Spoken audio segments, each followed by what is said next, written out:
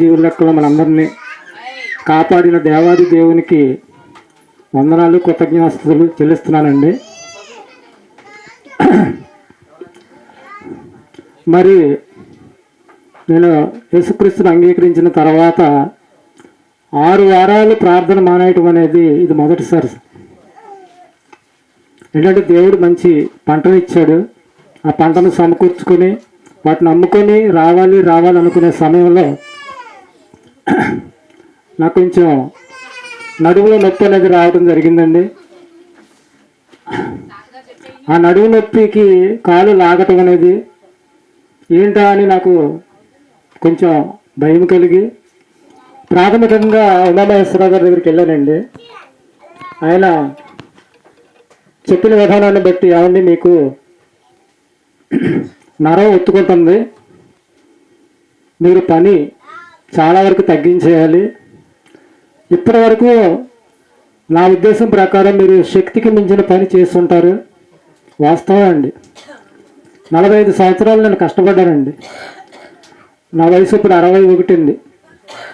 ఇది ఒక సాక్షి కింద నేను చెప్పట్లేదు, మీకు అందరికీ తెలియాలని ఈ విషయం చెప్తున్నానండి. ఆయన ఎలా చెప్పాడంటే, మీరు అంటుంటారు చిలక చెప్పినట్టు చెప్తున్నాను అంటున్నారు చూడండి, అలా చెప్పాడండి. ప్రాథమిక వైద్యం బాగా చేస్తాడు ఆయన. ఆయనకి తెలిసినంత విషయంలో కూడా చక్కగా సలహాలు ఇస్తాడు. మీరు స్కానింగ్లు వెళ్ళొద్దు, ఎంఆర్ఐతో ఇవన్నీ ఏం చేయొద్దు, నేను ఇచ్చిన మందులు వాడి మీరు పని భారాన్ని తగ్గించుకొని కొంచెం నెమ్మది కలిగి మీరు జీవిస్తే ఇంకా చాలా కాలం మీకు మంచి ఆరోగ్యంగా ఉంటారండి.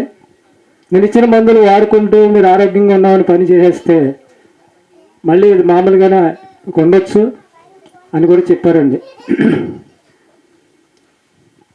నేను మొక్కజొన్న పెట్టానండి. పెట్టిన తర్వాత ఈ విషయం నా దృష్టిలో పెట్టుకొని ఇది ఒక దేవుడి హెచ్చరిక అని నేను భావించానండి. భావించి 1 ఎకరం నేను ఉంచుకొని 3 ఎకరాలు పెట్టిన మొక్కజొన్ననే నేను కౌలుకి ఇచ్చేసానండి.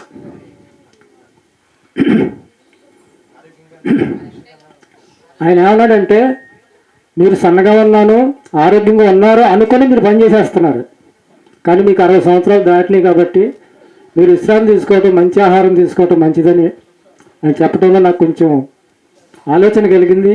ఈ స్థితికి ఇలా రావడానికి కారణం కూడా దేవుడు నన్ను హెచ్చరించాడు అన్న భావన కూడా కలిగింది.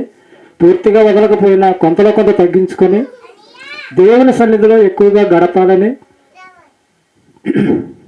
మీ అందరితో పాటు ఇక్కడ ఉన్న ఆనందం ఎక్కడా లేదండి, అటువంటి ఆనందం నేను పొందాలని అలా చేశాను. ప్రియులారా, ఇంకా చెప్పాలంటే కోటేశ్వరరావు గారు పాటలు రాశారండి. ఆ పాటలు కోటేశ్వరరావు గారు రాశారన్న మాట మీరు మర్చిపోండి. ఒక బయట నుంచి వచ్చిన పాటలాగా మీరు ఆలకిస్తే ఆ పాటలు చాలా బాగుంటాయండి. మన కోటేశ్వరరావు గారు కదా, ఆయన ఏదో రాసేసారు కదా అనొద్దండి. ఆ పాటలు ఆయన ముంగలే చెప్పాడు, చూను కడితే పాట రకంగా తయారు చేస్తే బాగుంటుందని చెప్పాడు. కరెక్ట్గానే ఆ పాటలు చాలా బాగున్నాయి. ఇంకా ఆయన నేను వచ్చేటప్పటికే చెప్పేస్తున్నాడు పిల్లలకి గుడ్ హ్యాబిట్స్ అంట. గుడ్ హ్యాబిట్స్, పళ్ళు తోముకోవటం, మొహం కడుక్కోవటం, స్నానం చేయటం, శరీరం శుభ్రపరచుకోవటం, మంచి ఆహారం తీసుకోవటం, ఇవన్నీ గుడ్ హ్యాబిట్స్ అనుకుంటున్నారు చాలామంది. కానీ గుడ్ హ్యాబిట్స్ అనేది ఏంటంటే కన్నా తల్లిదండ్రుల రుణం తీర్చుకోవటం అనేది గుడ్ హ్యాబిట్స్ అని చెప్పాడండి. నాకు చాలా సంతోషంగా ఉందండి. నేను చూస్తున్నాను స్కూల్కి వెళ్తున్నారు పిల్లలు, వాళ్ళు ఏం చదువుకుంటున్నారో నాకైతే తెలియదు, కానీ వాళ్ళు బయటకు వచ్చేసిన తర్వాత ఏం బూతులండి, బయటకు రావటమే బూతులు, ఒకరినొకరు కొట్టుకోవటం, తన్నుకోవటం, బూతులు మాట్లాడుకుంటూ బయటకు వస్తుంటే 10% వాళ్ళు చెప్పే మాటలు వింటున్నారు, కానీ 90% సమాజంలో జరుగుతున్న మాటలు వాళ్ళని ఎఫెక్ట్ చేస్తున్నాయండి. కానీ ఇక్కడ ఇలాంటి మాటలు చెప్పడానికి ఒక సబ్జెక్ట్ ప్రకారంగా స్కూల్లో ఆ మాటలు చెబితే గుడ్ హ్యాబిట్స్ ఎంత బాగుంది అంటే సమాజ పరిస్థితి చూస్తున్నాం కదా మనం. చాలా దారుణాతి దారుణంగా ఉంది, చాలా బాధాకరంగా ఉంది. పిల్లలు లేకపోతే బాధే, పిల్లలు ఉన్న బాధ కింద ఉన్న పరిస్థితి మనం చూస్తున్నాం. ఇంకా చెప్పాలంటే ఈరోజు ముగ్గురు చెప్పిన పాఠాలు నాకు చాలా బాగున్నాయండి. చాలా చాలా బాగున్నాయి. ఏమండి, యెషయా గ్రంథం ఒకసారి చూడండి. యెషయా గ్రంథం 7వ అధ్యాయం 14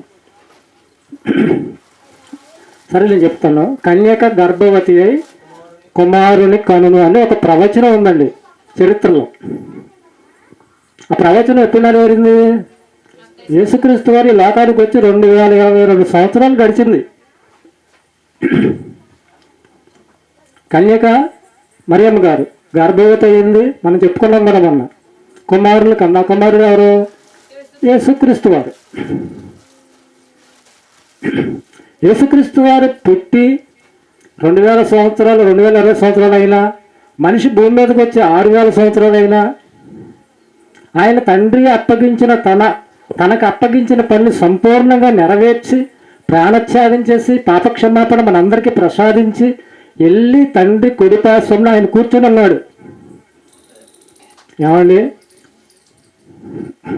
లాలి లాలి లాలమ్మ లాలి బాలయేశ్వరి విన్నారా మీరు? ఈరోజు కూడా పాడుతున్నారండి. లాలి లాలి లాలమ్మ బాలయేసునికి లాలనుసు పాడరే. ఏమండి, ఎప్పుడు పాడాలండి అది? యేసుక్రీస్తు వారు పుట్టినరోజు చేయమని కానీ చేసుకున్నట్లు కానీ ఎక్కడ ఉందా? ఆయన పెళ్లి కుమారుడై వధువుని పెళ్లి చేసుకోవడానికి సిద్ధపడుతున్నాడు ఆయన. ఇంకా ఆ పాటలు పాడుతుంటే అసలు క్రైస్తవ్యం అసలు ఏంటి? చాలామంది ఉన్నారు క్రైస్తవులు. అన్యుల సంగతి పక్కన పెట్టండి. క్రైస్తవుల్లో జ్ఞానం నేర్చుకుని దేవుడు చెప్పినట్లుగా బ్రతికి పరలోకం చేరే వాళ్ళు ఎంతమంది? మనం ధన్యులు అండి. ఇక్కడ జ్ఞానాన్ని మనం వంట పట్టించుకొని మన భవిష్యత్తులో పరలోకానికి వెళ్ళే భాగ్యం సంపాదించుకోకపోతే చాలా దౌర్భాగ్యం అయిపోతామండి. నువ్వు అట్టాగా ఉండేవాళ్ళు ఎప్పుడు కూడా. అబ్రహం గారి దగ్గరికి అట్టాగా ఉండేవాళ్ళం. లాలి లాలి అని కూడా పాడుకుంటూ ఉండేవాళ్ళం. కానీ జ్ఞానం అనేది రోజుకొక కొత్త విషయం, రోజుకొక కొత్త విషయం, రోజుకొక కొత్త విషయం. చక్కని పాఠాలు నేర్చుకొని చెప్తున్నారండి. ముఖ్యంగా పిల్లల విషయాల్లో ధనవంతులైన బాణాలు మనం బ్రతికి ఉండగానే మన కాంతి క్షీణించకపోకముందే వాళ్ళు తయారు చేయాలని అతను చెప్పాడు. అదనో చెప్పాడండి. అలాగే హరిబాబు, అలాగే కృష్ణ చాలా చాలా మంచి మంచి మాటలు చెప్పారండి. ఈ మాటలు ఎక్కువగా వినాలి. మన బతుకును దేవునికి సన్నిధులు ఎక్కువగా గడపడానికి మనం సమయాన్ని కేటాయించుకోవాలండి. ప్రతిదానికి సమయాన్ని కేటాయించుకున్న మనిషి దేవుడు మాట్లాడడు కదా, దేవుడు అడగడు కదా అనుకోవద్దు. మనందరూ కూడా దేవుని సన్నిధిలో ఆయనకి చెల్లించవలసిన మహిమ చెల్లించాలి. ఆయన సమయాన్ని మనం ఉండాలి. ఈ ఆరోగ్యం ఇచ్చింది, జీవితం ఇచ్చింది. ఈ స్థితిలో నా రెక్కల కష్టాన్ని దేవుడు దీవించాడండి. 2 బిడ్డల్ని ఇచ్చాడు. చక్కగా బుద్ధివంతులుగా ఉన్నారు. నా కుటుంబం మాయన ఉంటుందండి. అటువంటి పరిస్థితి నాకు ఇచ్చినప్పుడు నేను దేవునికి దూరమయ్యే పరిస్థితి నేను తెచ్చుకుంటే దేవుడు నన్ను క్షమిస్తాడా అన్న ఆలోచన కలిగిందండి. ఎక్కడి నుంచైనా దేవుని సన్నిధిలో ఎక్కువగా గడపాలి మీతో పాటు అన్న ఆలోచన కలిగి, జ్ఞానం దొరకట్లేదా సమాజంలో? దొరుకుతుంది, కానీ జ్ఞానం దగ్గరికి రావట్లే మనిషి. గర్వం, వాళ్ళు చెప్పేదండి మనం అనేటువంటి గర్వవిగుతున్న దుష్టత్వం, ఇవన్నీ మనిషి హృదయంలో ఉండబట్టి ఏంటో అక్కడికి వెళ్ళేది? ఏంటి వాళ్ళు చెప్పేది? మనకు డోళ్ళు ఉండొచ్చు. ఏది కరెక్ట్, ఏది వాస్తవం అన్నది మనం తెలుసుకోవాల్సిన బాధ్యత మనదే. ఒక పిల్లని ఒక ఇంటికి పంపిస్తున్నామంటే ఆ కుర్రవాడు ఎటువంటి వాడు, ఏంటి, మంచి చెడ్డ ఎన్ని ఆలోచిస్తాడు తల్లిదండ్రులు? మనకు నిత్య జీవాన్ని ఇచ్చే దేవుడు ఎవరు అన్న విషయంలో ఆలోచన లేకపోతే ఖచ్చితంగా నరకంలోకి వెళ్ళిపోవాల్సింది. ఏ దేవుడు రక్షించలేడు, నేనే మార్గం అన్న యేసుక్రీస్తు తప్ప. ప్రార్థన చేసుకున్నాను. మహాపరిశుద్ధుడైన తండ్రి, నాయన ఇప్పటి వరకు నీ పిల్లలు నీ జ్ఞానగ్రంథమైన బైబిల్లో ఇచ్చిన ఆయన అనేకమైన మాటలు, జ్ఞానమైన వాక్యాలు నాయన తీసుకుని నాయన దానికి కావలసిన భావాన్ని వాళ్ళు ఆలోచన చేసి నాయన మేమందరికీ నాయన మాకు వినిపించేటట్లుగా, మాకు అర్థమయ్యేటట్లుగా నేర్పించారు తండ్రి. ఇట్టి జ్ఞానమును నాయన నేర్చుకుంటున్న మాకు నీ సన్నిధిలో ఎక్కువ కాలం మేము గడిపి నీ దృష్టికి నాయన మేము యథార్థవంతులుగా బ్రతికి మేమంతా కూడా నాయన ఏ భక్తి అయితే ఎన్నుకున్నామో ఆ భక్తి ద్వారా మేము పరలోకం చేరాలి. ఆ భక్తి నాయన నీ కుమారుడు యేసుక్రీస్తు వారని మేము నేర్చుకున్న విధానాన్ని మా నమ్మకాన్ని నాయన ఖచ్చితంగా నాయన నిర్ధారించుకొని మేమందరం కూడా పరలోక రాజ్యంలో మేమందరము ప్రవేశించే భాగ్యము మా అందరికీ అనుగ్రహించమని ఈ ప్రార్థన మీ కుమారుడు మా రక్షకుడు మా ప్రభు అయిన యేసుక్రీస్తు వారి నామంలో ఈ ప్రార్థన మనవులు అడిగి వేడుకొంచున్నాము తండ్రి. ఆమేన్. మన తండ్రి అయిన దేవుని దయ, కుమారుడైన యేసుక్రీస్తు వారి కృప, పరిశుద్ధాత్మ దేవుని సావాసము సదాకాలం మనందరికీ తోడుగా ఉండి నడిపించునుగాక. ఆమేన్.